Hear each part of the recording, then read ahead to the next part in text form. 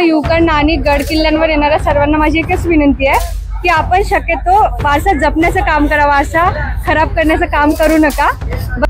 हा किल्ला आता सध्या दुर्दैव अवस्थेमध्ये आहे, परंतु बाले किल्ला खूप उंचावर होता, सध्या खचलेला आहे।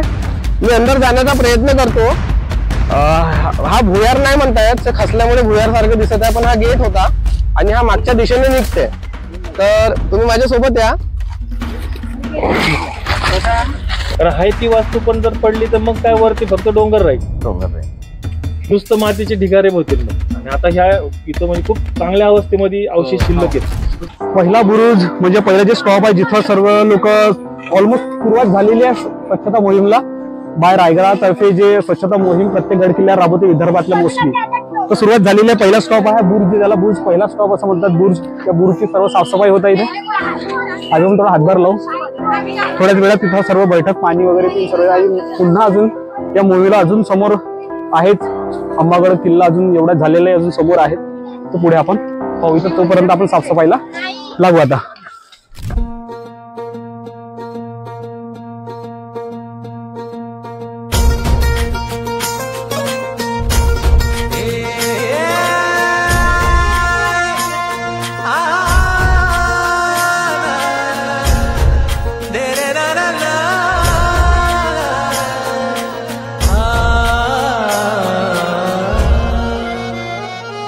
ही वाट जरी बळणाची बळ येऊ दे हिमतीला, झुंजार होनी ललकार आसमानाला,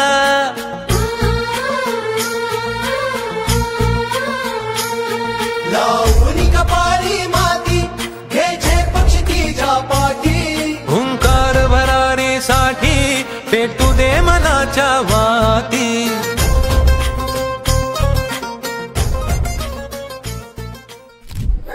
ऑलमोस्ट पहिल्या बुर्जाच्या मध्ये पहिला टप्पा होता आपला साफसफाईचा, तो ऑलमोस्ट झालेला आहे। तुम्ही बघू शकता इथं पूर्ण कम्प्लीट साफसफाई आणि नावं वगैरे सर्व मिटून झालेली आहेत।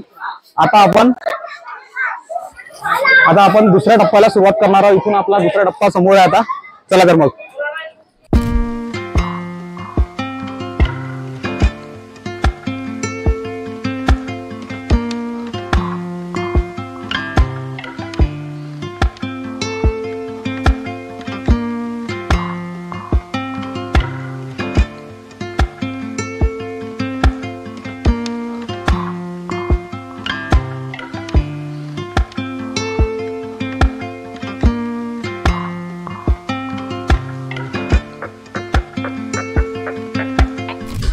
हा किल्ला आता सध्या दुर्दैव अवस्थेमध्ये आहे, परंतु बाले किल्ला खूप उंचावर होता, सध्या खचलेला आहे।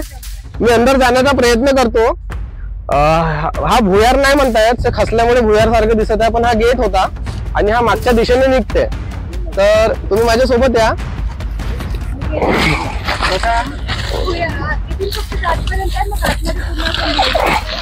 तर अशा पद्धतीने तुम्हाला सध्या जावं लागेल आणि तुम्ही कॅमेरा देऊ शकता अंदर। मोबाईल हा नाही तेच द्या ना, हा जाते। तर अशा पद्धतीने तुम्ही बघू शकता।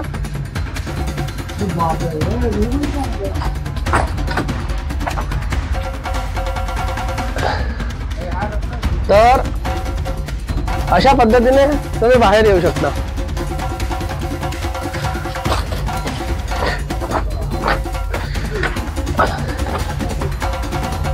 आर्टिफिशियल आहे की बनलेला आहे? नाही बनलेला आहे।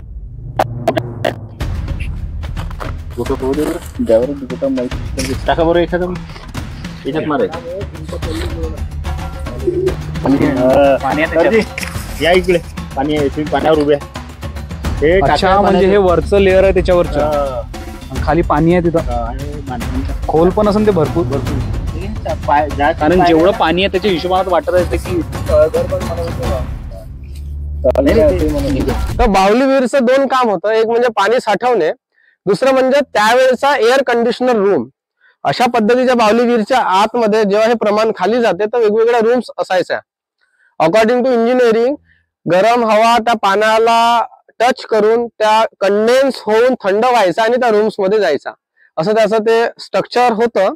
तर अशा पद्धतीच्या बाहुलीवर तुम्हाला काही मंदिरात बघायला मिळेल. जर भद्रावतीला कधी गेला, नागपुरात राजबाक्षा विहीर आहे, हरिश्चंद्र वेढा आहे, तर त्यानंतर रामटेकला आहे नंदीवर्धन याच्यामध्ये, किंवा रामटेकच्या नगरगंज किल्ला आहे तिथे सुद्धा आहे. तर अशा बाहुलीवीर तुम्ही बघू शकता. सुंदर असं कोणत्या बाहुलीवीर मध्ये मंदिर असायचं, वेगवेगळ्या रूम्स असायच्या. तर शयन कक्षासाठी किंवा आरामासाठी किंवा थंड हवेचं जागा म्हणून या बाहुलीवीरचं प्रचिती आहे, आणि पाण्याचा सोर्स म्हणून. स्वच्छता झाली आणि नंतर गड सजवायला सुरुवात झाली. हा रंग चढू दे, ही झिंग चढू दे, हो सूर्य नवा भाळी, तेज नवे झळकू दे. रायगड परिवाराचे जेवढे आभार मानावे तेवढे कमीच. छत्रपती शिवाजी महाराजांची पूजा करत समोरच्या कार्यक्रमाला सुरुवात झाली.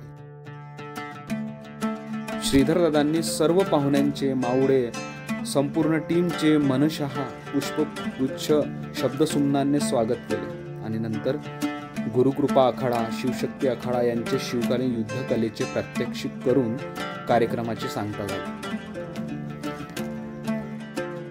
हा कार्यक्रम अजून संपला नव्हता बरं, पण मोबाईलची चार्जिंग मात्र संपली होती, त्यामुळे समोरचे शूट करू शकलो नाही. पण खरी मजा तर त्यानंतर आली होती. बरं झालं शूट नाही झालं तर, कारण त्यानंतरची मजा. एसी काकाजी म्हणतात फुल एसी आहे म्हणून तिथं, कारण इथं व्हिडिओ मध्ये एक्सप्लेन नाही करू शकत. शेवटी महाराजांना वंदन करून अंबागड किल्ल्याचा निरोप घेत आपली घराची वाट जवळ केली. तेव्हा पुन्हा भेटू एका नवीन भागात, एक नवीन गावाची गोष्ट घेऊन. तोपर्यंत राम राम.